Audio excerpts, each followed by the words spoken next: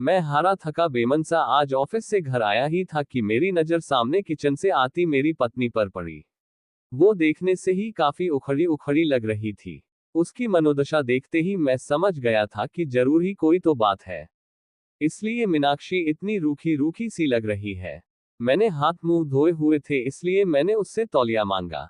उसने बिना कुछ बोले मुझे तौलिया ला कर दे दिया।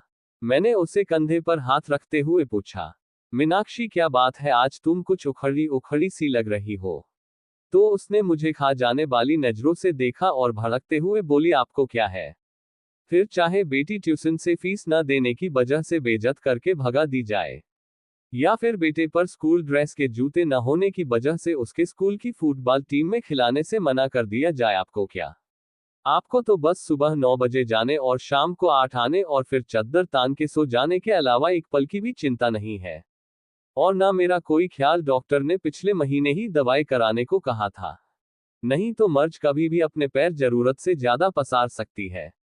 कभी तुमने ध्यान से देखा है मेरे चेहरे की ओर? ये झुर्रियां, बेउम्र पकते हुए बाल, जवानी में ही बुढ़िया बनती जा रही हूं, एक पैसे की दवा नहीं नसीब नहीं है मुझे। ये सब तो छोड़ो, गर्मी में बच्चे तपते रहते हैं, एक पुराना कूलर लेने तक की हिम्मत नहीं हो रही है तुम्हारी। मैं बेड पर बैठा नजरें झुकाए अपनी नाकामी पर शर्मसार हो रहा था। बीवी बच्चों की परवरिश और उनकी जरूरतों का ध्यान रखना मेरा कर्तव्य है, पर क्या करूं? ये मेरा दुर्भाग्य ही तो है, कहने को तो देश तरक्की कर रहा है, लोग खुश है, पर मैं कैसे कह पाऊं कि मैं बढ़ती महंगाई और बेरोजगारी की वजह से दिन व दिन जरूरतों के बोझ तले दबता जा रहा हूं। बिजली के बिल से लेकर घर के राशन पानी तक की कीमतें आसमान छू चुकी है। और पगार बढ़ाने के नाम पर दफ्तर में धमकी दी जाती है। नौकरियां कभी भी जा सकती है, काम नहीं है ऑफिस में, इसलिए वही पुरानी पगार पर काम करना मजबूरी बन चुकी है। ऐसे में क्या ही करूं? मैं बैठा बैठा अपनी परिस्थिति से दो चार हो ही रहा था कि घर की दरवाजे पर किसी के आने की दस्तक हुई। बच्चों ने गेट खोलकर देखा तो पिताजी थे। अपने दादाजी को देख के बच्चे तो खुशी से उछल गए, लेकिन मेरी सांसें तेज हो गई। पत्नी ने फिर से मेरी तरफ ऐसे देखा जैसे मानो वो कह रही हो, अपना पेट पालने के लिए तो अपनी आते और गुर्दे गिरवी रखने के दिन आ गए हैं। अब ऐसे में पिताजी अकस्मात आए हैं तो जरूर ही कोई आर्थिक समस्या को लेकर ही आए होंगे। मैंने भी नजरें चुराते हुए एक बार मीनाक्षी की ओर देखा, पर कुछ कह पाने की स्थिति में नहीं था। इसलिए जल्दी से उठ के पिताजी के पास गया और नजरें चुराते हुए उनके चरण स्पर्श कर उन्हें बैठने को कहा। मीनाक्षी ने भी उन्हें चरण वंदन किया और खाना खाने के लिए कहते हुए किचन में चली गई। अब मैं और भी अकेला महसूस कर रहा था। मीनाक्षी तो मुंह छिपा के किचन में जा चुकी थी। मुझे डर था पापा कहीं पैसे की कोई बात ना कर दे, इसलिए मैं जल्दी से जल्दी बच्चों को बुला के उनके पास किया और खुद वापस कमरे में चला गया। पिताजी भी मुझे जाते हुए देख रहे थे। मैं किचन में आया तो मीनाक्षी ने कहा, पिताजी जरूर ही किसी आर्थिक मदद की आस करके आए होंगे। ऐसे में इन्हें हम ही याद आते हैं, बड़े वाले भाई साहब को कोई याद नहीं करता। देने के नाम पर उनका नंबर आता है और जब कोई जरूरत हो तो सब लोग हमारे यहाँ आ जाते हैं।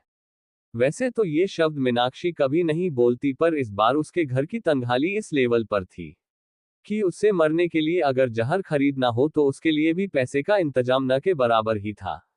एक तरह मीनाक्षी लगातार मुझे बोले जा रही थी और दूसरी ओर मैं था जो कुछ पाने में समर्थ नहीं था। अंततः मैंने मीनाक्षी को चुप रहने के लिए कहा, तुम शांत हो जाओ। कुछ भी करके कल मैं तुम्हारी दवाई और बच्चों की जरूरत का सामान ला दूंगा, पर अभी के लिए पिताजी का मान रखो। उनके सामने घर में कलेश करने का मतलब उनकी मान मर्यादा के खिलाफ है। मीनाक्षी समझदार थी, पर उस पर आर्थिक तंगी का बुखार चढ़ा हुआ था, इसलिए वो बेकाबू थी। कहां से लाओगे, भीख मांग के या फिर खुद को गिरवी रख के? ये मेरा काम है, क्या करूंगा क्या नहीं। तुम बस अभी भगवान के लिए शांत हो जाओ। अब मीनाक्षी शांत हो गई, वो खाना लेकर टेबल पर लगा देती है।